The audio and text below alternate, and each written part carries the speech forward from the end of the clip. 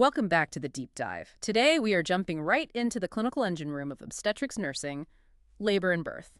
We are. This is Unit 4, and I really can't overstate this. For any nurse on a labor and delivery floor, understanding this unit is the absolute foundation. It's where everything comes together. Exactly.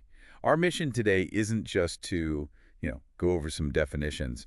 We want to build what I like to call a clinical reasoning shortcut. A shortcut? How so? Labor is just so dynamic. Things change in a minute. A nurse has to know the normal physiological pathways so well that when something deviates, even slightly, it's an instant red flag. So you can recognize it, prioritize, and understand that cause and effect chain. You've got it. This whole unit is about building that kind of automaticity for safe, effective practice. Okay, and we've got a huge stack of source material to get through. Mechanics, pharmacology, assessment, emergencies, the whole 9 yards. So to guide us through this first part, we're starting with a classic framework. The 5 Ps of labor. Every OB nurse lives and breathes the 5 Ps. Let's lay them out. It's the passenger, the passageway, the powers, the position of the mother, and the psychologic response. It's really just a structured way to analyze how labor is progressing. So if something stalls? You just cycle through the Ps. Is it the passenger, the baby? Is it the passageway, the pelvis? Are the powers, the contractions, just not strong enough? It helps you isolate the problem fast. All right, let's unpack this. Starting with P number 1, the passenger. This is the fetus, and really we're talking about the fetal head, aren't we? We are. The fetal head is the biggest mechanical challenge, bar none.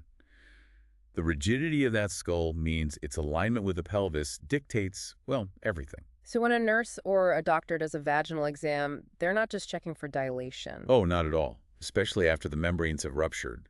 You're feeling for the sutures, the little lines on the skull and the fontanelles, the soft spots where they meet. The diamond-shaped one and the triangle-shaped one.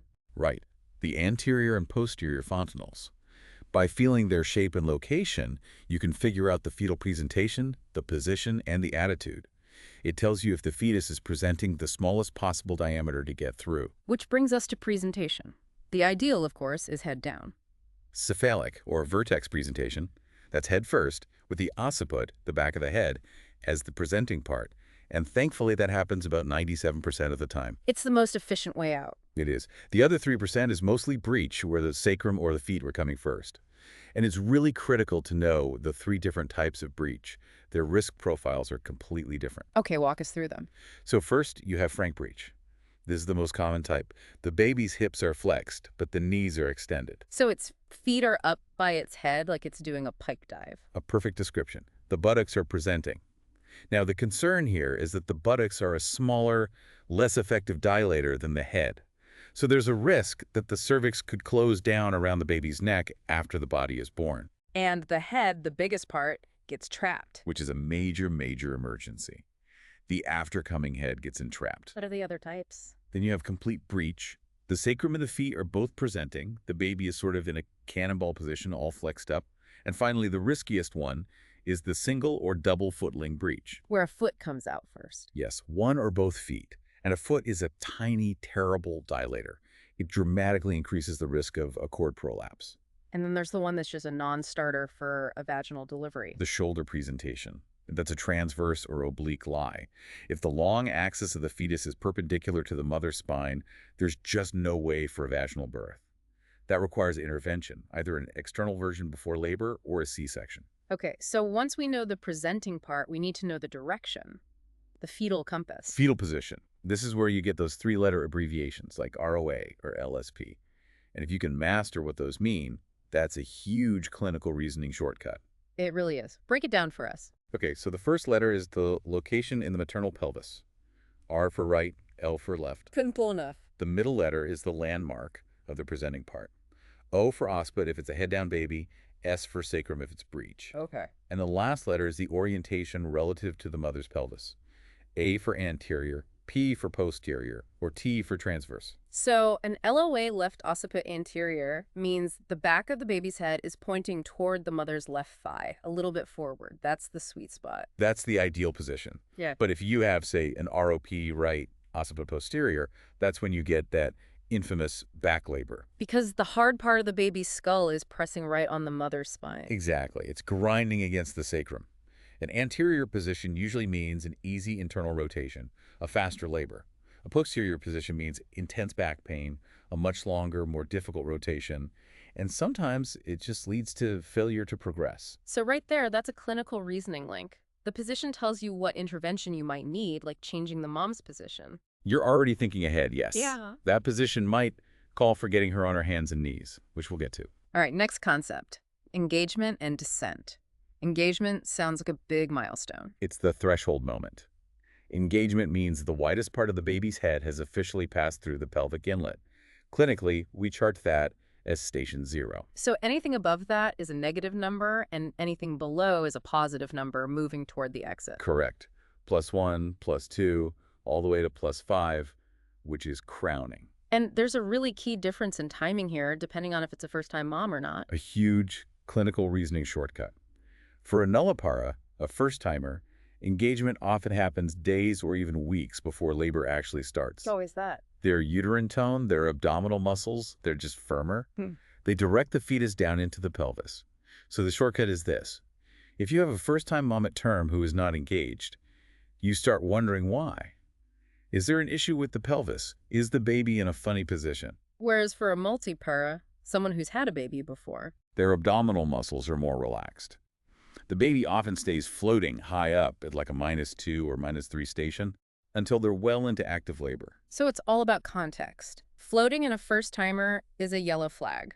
Floating in a mom who's done this before is totally normal until she's, say, 5 or 6 centimeters. Precisely. The context is everything. Once that baby is engaged, it has to do this whole series of maneuvers to get out. The source calls them the cardinal movements. It's like a mechanical dance. It's a beautiful, complex process. It starts with more descent and engagement. Then the second step is flexion. The baby has to tuck its chin to its chest. To present the smallest possible diameter. Exactly. If the head stays extended, labor is going to be much, much harder. And then it has to turn. Yes, internal rotation. The occiput rotates usually from a transverse or posterior position to an anterior one. Hmm? It has to align the widest part of its head with the widest part of the mom's pelvis. After that comes extension, where the head pivots under the pubic bone and emerges. And then the shoulders have to line up. Right. After the head is out, it does a little turn to get back in line with the body. That's restitution.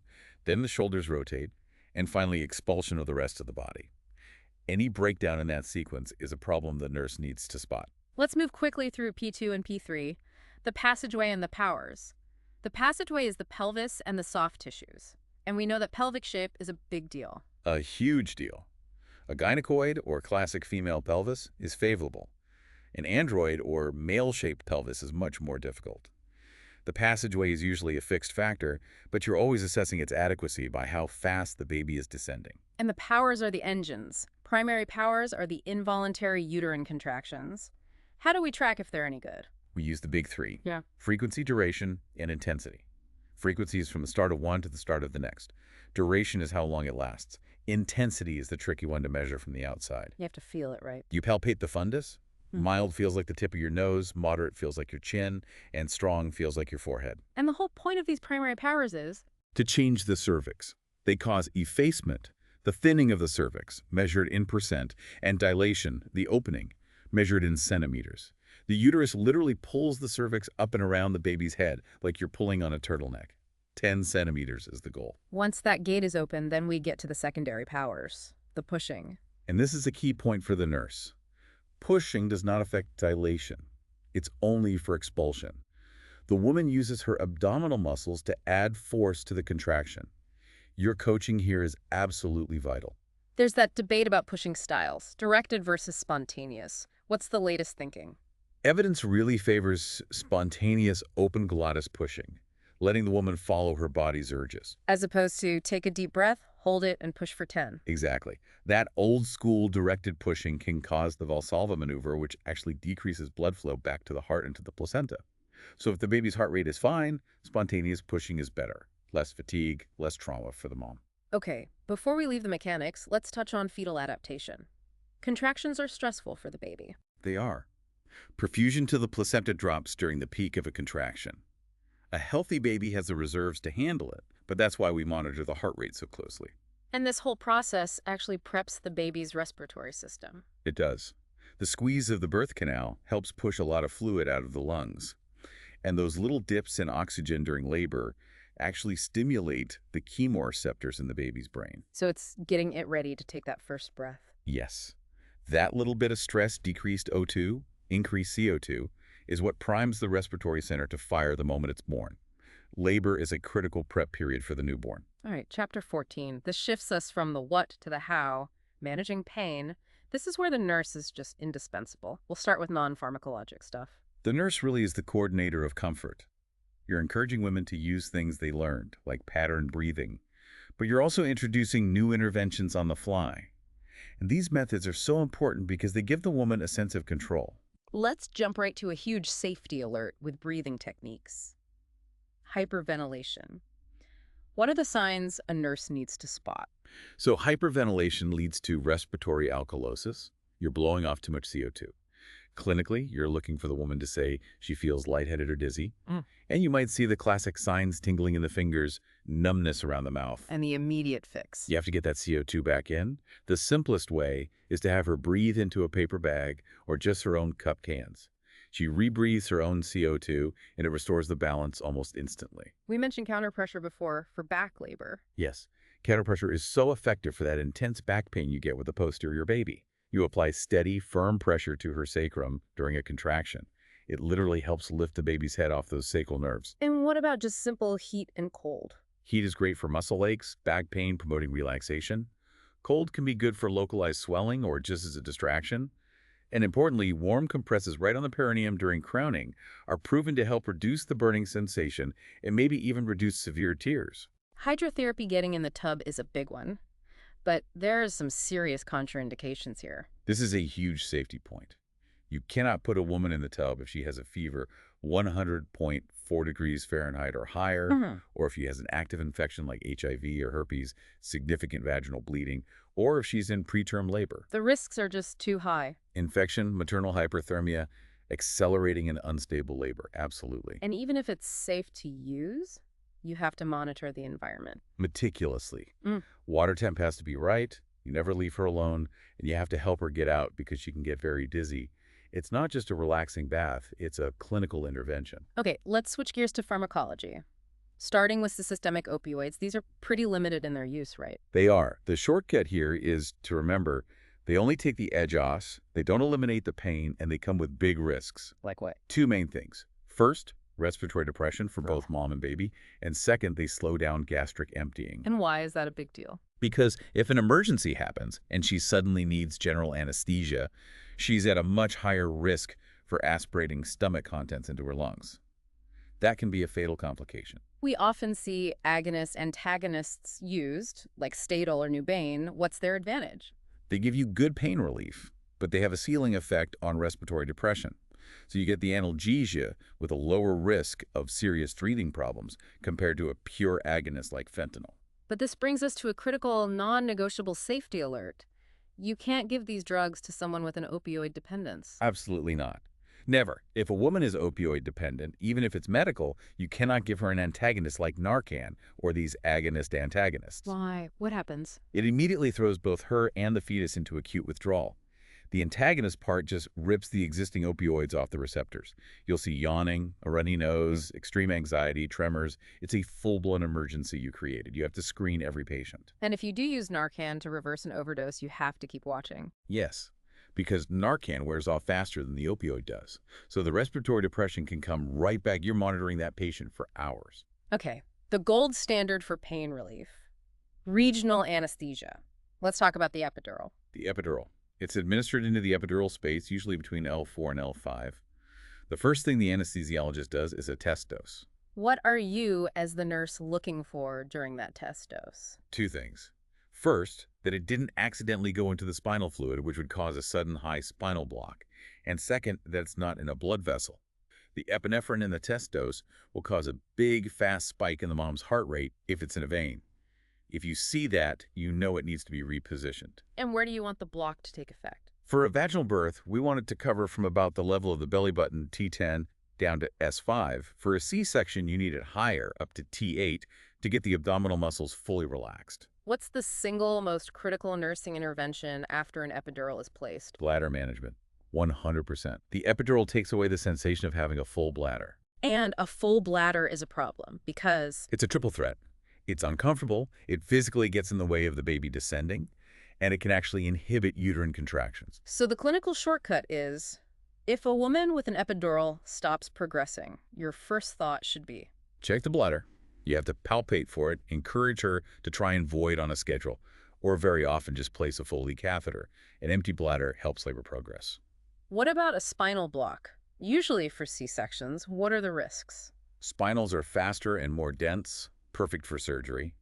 The main risks are a big drop in blood pressure, potentially affecting breathing if the block goes too high, and the famous post-dural puncture headache. The PDPH, it can be awful. What do you do for it? It's a postural headache. It's horrible when you sit up, better when you lie down. It's from CSF leaking out. First-line treatment is conservative. Lie flat, fluids, caffeine. And if that doesn't work? The definitive treatment is an autologous epidural blood patch. We draw about 20 milliliters of the woman's own blood, and the anesthesiologist injects it into the epidural space. The blood clots and literally patches the hole in the dura. The relief can be almost instantaneous. Amazing. Last one, the pudendal block. When is this used? This is a local block, given late in the second stage. It's for numbing the perineum for the delivery itself, or if you need to use forceps or a vacuum. The key thing for the nurse to remember is that it does absolutely nothing for the pain of the uterine contractions. Okay, now to the heart of assessment. Chapter 15, fetal surveillance. Interpreting that FHR tracing. Fetal monitoring is oxygen monitoring. That's the whole game. The goal is to spot signs of fetal hypoxemia early enough to do something about it. You can do it intermittently with a Doppler or continuously with the electronic monitor. Right, and continuous EFM becomes mandatory after the membranes rupture or after you give any kind of medication or if there's any change in mom or baby status. Let's get into the patterns. Baseline rate. What defines fetal bradycardia? Bradycardia is a sustained baseline below 110 beats per minute for 10 minutes or longer. It's a big deal. It could be linked to a heart defect in the baby, a viral infection, or even the mom being severely hypothermic. And then there's variability. This is probably the most important indicator. That's the most important short-term indicator, yes. Variability is the beat-to-beat irregularity. It directly reflects a well-oxygenated fetal central nervous system. So a wiggly line is a good line. A wiggly line is a happy, oxygenated brain. A flat line absent or minimal variability is very concerning. It suggests the CNS isn't getting enough oxygen. We love to see acceleration. We do. And acceleration is a temporary increase in the heart rate.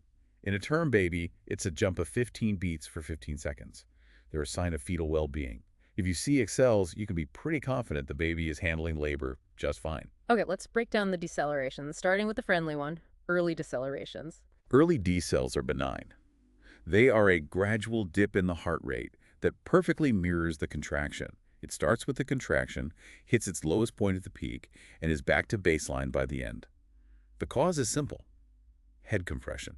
The baby's head is getting squeezed, and that causes a vagal response. Exactly. It's actually a reassuring sign that the baby is descending. No intervention needed. Now for the one that makes everyone nervous, variable decelerations. Variables are the opposite. They're abrupt, sharp drops in the heart rate. They look like V's or W's on the strip.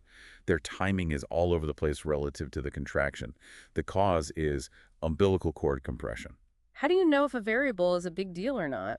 It's all about context and how often they happen. An occasional mild variable is common, but recurrent, deep, or prolonged variables are a sign of significant hypoxemia.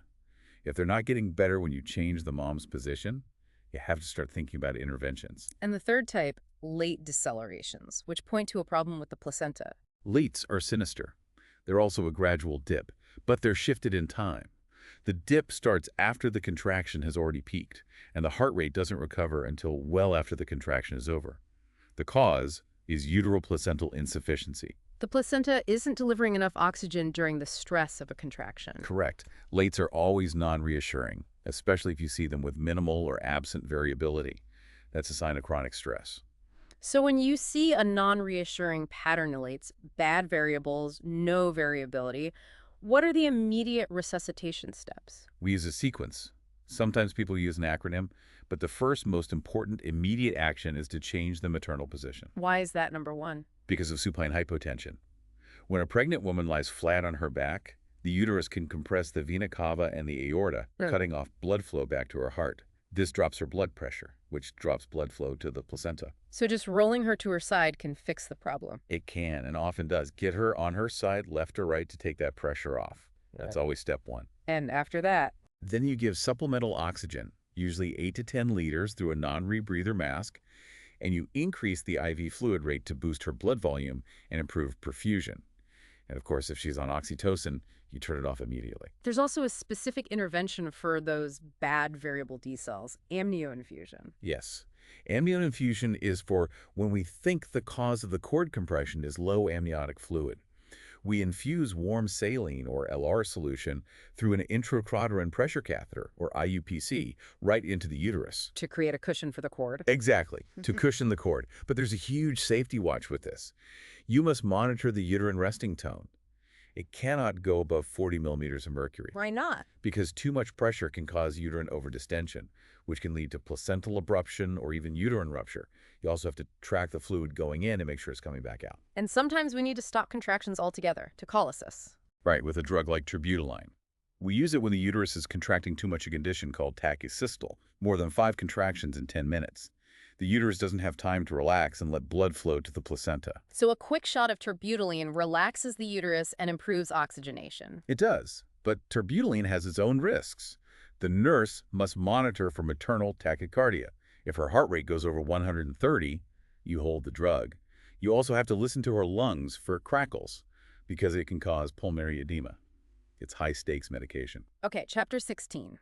Let's put it all together and manage labor by stage. First stage, from the beginning to 10 centimeters. As soon as a pregnant woman shows up in triage, a federal law kicks in. EMTALA, the Emergency Medical Treatment and Active Labor Act. It says you have to assess and stabilize any pregnant woman who presents with contractions, regardless of her ability to pay. You can't just send her away. And a big part of that first assessment is figuring out if it's true labor or false labor. What's the shortcut? The shortcut is change in consistency. True labor contractions get stronger, longer, and closer together, and they don't stop when you walk around or rest. False labor contractions, or Braxton Hicks, are irregular and usually go away with a change in position or hydration. Once she's admitted, the assessments have a certain rhythm. They do. In the early phase, vitals are every 30 to 60 minutes, FHR every 15 to 30. But temperature is key. We check it every 2 to 4 hours, but if the membranes rupture, it bumps up to every 2 hours. You're watching for any sign of infection. And we try to limit vaginal exams, especially after the water breaks. Right, to reduce infection risk. We only do them when indicated on admission. Before giving pain meds, if there's a big change in her contraction pattern, or she says she feels the urge to push. When the membranes do rupture, that's a critical moment. What's the absolute priority? Document the time, color, odor. But the immediate safety action is to check the fetal heart rate and pattern right away for several minutes. Because with that gush of fluid, the umbilical cord can slip down in front of the baby's head, a cord prolapse. You would see a sudden deep deceleration on the monitor. Let's talk about supportive care. The evidence is pretty clear that having continuous support is a game changer. It really is. A partner, a family member, a doula. It's associated with shorter labors, less need for pain meds, fewer C-sections. The nurse's job is to facilitate that support. And we come back to position, the fourth P. Why is being upright and mobile so much better? Gravity. It's that simple.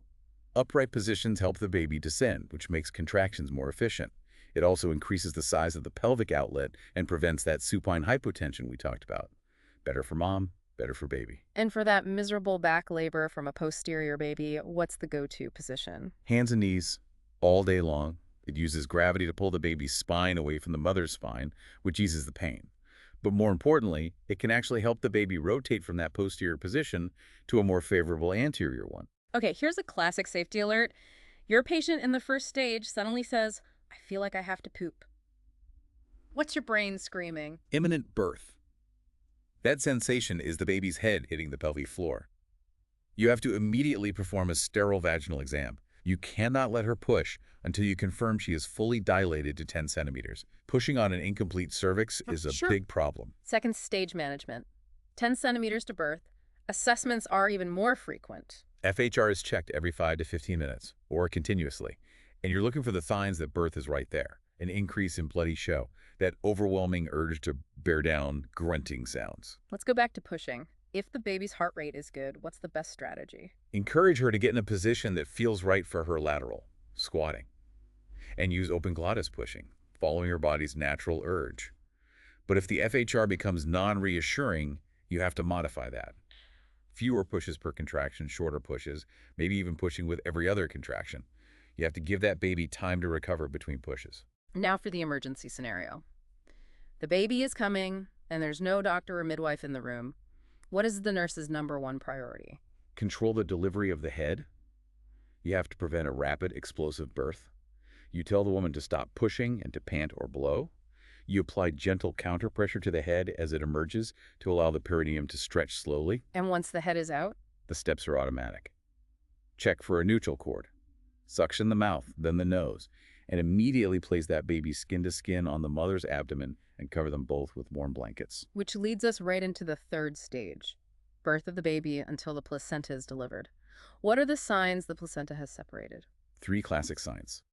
A sudden gush of dark blood, the umbilical cord gets visibly longer, and the uterus changes shape from a flat oval to a firm, round globe that rises up in the abdomen. And preventing postpartum hemorrhage starts right now. So, What's the active management of this stage? it's a 3-part strategy. Prophylactic oxytocin, usually 5E, right after the baby is born. Delayed cord clamping until it stops pulsating. And controlled cord traction by the provider once it's separated. The nurse's priority here is Making sure that oxytocin is running, checking that the bladder is empty, and being ready to start fundal massage the second that placenta is out to keep the uterus firm. Anna for the newborn. Immediate, uninterrupted skin to skin. It's so important for bonding, breastfeeding, and stabilizing the baby's vitals and blood sugar. Standard things like the vitamin K shot can wait an hour. Finally, the fourth stage, the first hour or two after birth. This is prime time for hemorrhage. Assessments are intense. Blood pressure and pulse every 15 minutes for the first 2 hours. And you are meticulously checking the fundus. Let's hit that clinical reasoning question again. You check the fundus, and it's boggy, high up, and pushed over to the right. What's the immediate diagnosis? Distended bladder. Yeah. Your brain has to make that connection instantly. The full bladder is physically preventing the uterus from contracting. Right. That's a direct path to hemorrhage. So the priority action is? Get the bladder empty. Help her to the bathroom or use a catheter. Yeah. That's the very first step before you even start trying to massage a fundus that has nowhere to go. You're also assessing the lochia, the bleeding, and the perineum. There's a mnemonic for that, right? REDA. For redness, edema, ecchymosis, that's breathing drainage, and approximation of the suture line. You're also tracking her recovery from anesthesia with a PR score. Okay, chapter 17. Time for when things go wrong, complications and emergencies. Let's start with preterm labor. How is that diagnosed? Preterm labor is regular uterine contractions that cause cervical change, like dilation, happening between 20 and just under 37 weeks. The signs can be really subtle. What do you teach patients to watch for? Things that might seem like nothing. A constant, low, dull backache, pelvic pressure, frequent but painless contractions, any change in vaginal discharge. The teaching is key. Stop what you're doing, lie on your side, drink a couple glasses of water, and if it doesn't stop in an hour, call your provider. If it is true preterm labor, we give 2 succolytics to stop it. What's the goal of buying a few days? The goal isn't usually to stop the birth completely. It's to buy 48 hours. That time allows for 2 critical things. 1, getting the mom to a hospital with a high-level NICU, and 2, giving antenatal glucocorticoids like betamethasone. The steroid shots for the baby's lungs? Exactly. They accelerate fetal lung maturity and drastically reduce the risk of respiratory distress syndrome for the baby. And magnesium sulfate has a special role here too. Yes, for very preterm births before 32 weeks. We give magnesium sulfate specifically for fetal neuroprotection. It's been shown to reduce the incidence and severity of cerebral palsy. It's not for stopping labor in this context, it's for protecting the brain. Okay, abnormal labor patterns. Hypertonic versus hypotonic contractions. The shortcut here is this. Hypertonic dysfunction is when you have frequent, painful, uncoordinated contractions, and the uterus never fully relaxes. It's exhausting itself, but not dilating the cervix. The goal is therapeutic rest. How do you do that? You give her something to help her sleep, like morphine, a warm bath, and let her and her uterus reset. And hypotonic dysfunction. That's the opposite. Labor starts out fine, but then the contractions just get weak and infrequent, and everything stalls. The goal here is augmentation. Pushing it forward. Right, usually with an amniotomy, breaking the water, or starting an oxytocin infusion. after you've tried the simple stuff like walking and emptying her bladder. What about operative vaginal birth forceps or a vacuum? What are the absolute must-haves before you can even attempt one? 4 things. Cervix must be fully dilated. Membranes must be ruptured. The baby's head has to be engaged at 0 station or lower. And the pelvis has to be adequate. The nurse's job is to monitor that FHR like a hawk during the procedure. And what do you tell parents to expect after a vacuum delivery? You prepare them to see a cone-shaped swelling on the baby's head, called a caput succedaneum. You reassure them that it's just swelling, it crosses the suture lines, and it will go away in a few days. But you still have to monitor the baby closely for bleeding under the scalp or jaundice later on. Moving to the C-section, most common surgery in the world, what are the top reasons for one? The number one reason for a first-time C-section is failure to progress in labor. Other big ones are a non-reassuring fetal status, a known malpresentation like breech or placenta previa. And for the nurse, knowing the type of uterine incision is critical for future pregnancies. So important. The standard is the low transverse incision. It's in the lower, non-contractile part of the uterus. It has the lowest risk of rupturing in a future pregnancy, which means it supports a trial of labor after cesarean or a TLAC. As opposed to the vertical or classical incision. The classical incision goes up into the muscular contractile part of the uterus.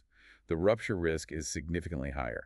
So a prior classical incision is an absolute contraindication to a VBAC. She must have repeat C-sections. And even in the OR, we try to make it a family-centered experience now. Absolutely. We do the surgical timeout, of course, but we also encourage things like letting the mom play her own music, maybe lowering the drapes so she can see the birth, and if the baby is stable, putting the baby skin to skin right there in the OR. Post-op, what are the nursing priorities? The big ones are pain control and VTE prevention. Venous thromboembolism. We have to get them up and ambulating early. And we still do fundal checks, but you also have to be very careful helping her to stand up for the first time, checking for dizziness. All right, let's get into the high-stakes emergencies. Immediate nursing actions. First up, meconium-stained fluid. Meconium is the baby's first poop. Seeing it in the fluid means potential fetal distress. The big risk is the baby aspirating it. So the key is what the baby looks like the second it's born. How do you decide what to do? It's all based on the NRP guidelines. If the baby is vigorous crying, good tone, heart rate over 100, you just do routine suctioning of the mouth and nose. And if it's not? If the baby is depressed, limp, not breathing well, heart rate under 100, the neonatal resuscitation team must be there to intubate the baby and suction the meconium out of the trachea before you start giving breaths. Emergency number 2, shoulder dystocia. The head is out, but the shoulder is stuck. What's the classic sign? The turtle sign. The head delivers and then immediately retracts back against the perineum. The shortcut here is that this requires a sequence of actions that have to be automatic and fast. The baby is losing oxygen every second. So what's priority 1? Call for help P. Immediately. Do not try to handle this alone. Then, the first physical intervention is the McRoberts maneuver. You have the mom pull her legs back as far as she can toward her abdomen. It changes the angle of the pelvis. And at the same time, another person applies suprapubic pressure. That's firm pressure just above the pubic bone, trying to push the stuck shoulder down and under. And the critical thing to remember is never apply fundal pressure. Why not? It just impacts the shoulder even harder and can rupture the uterus. Emergency number 3, prolapsed umbilical cord. This is a nightmare scenario. The cord comes down in front of the baby's head and gets compressed, cutting off all oxygen. You often find it after you see a sudden, deep variable or prolonged decel on the monitor. What are the 3 life-saving nursing actions? 1, call for help. Do not leave the patient. Yeah. 2, you immediately insert a sterile, gloved hand into the vagina and physically lift the presenting part, the head up, off the cord. And you do not take your hand out, ever. Not until the baby is delivered by C-section. And number 3. Reposition the mother. Put her in an extreme Trendelenburg or a knee chest position to use gravity to help you. While you're holding that head up, someone else is getting her on oxygen and fluids, and you are racing to the OR. 4th emergency, rupture of the uterus. Who's at highest risk? Anyone with a previous uterine scar, especially a classical C-section scar, who's trying for a VBAC. What are the signs? It's usually dramatic. An abrupt, terrible FHR pattern, like a sudden bradycardia. The mom might report a sudden, sharp, ripping pain, and you'll see signs of hypovolemic shock.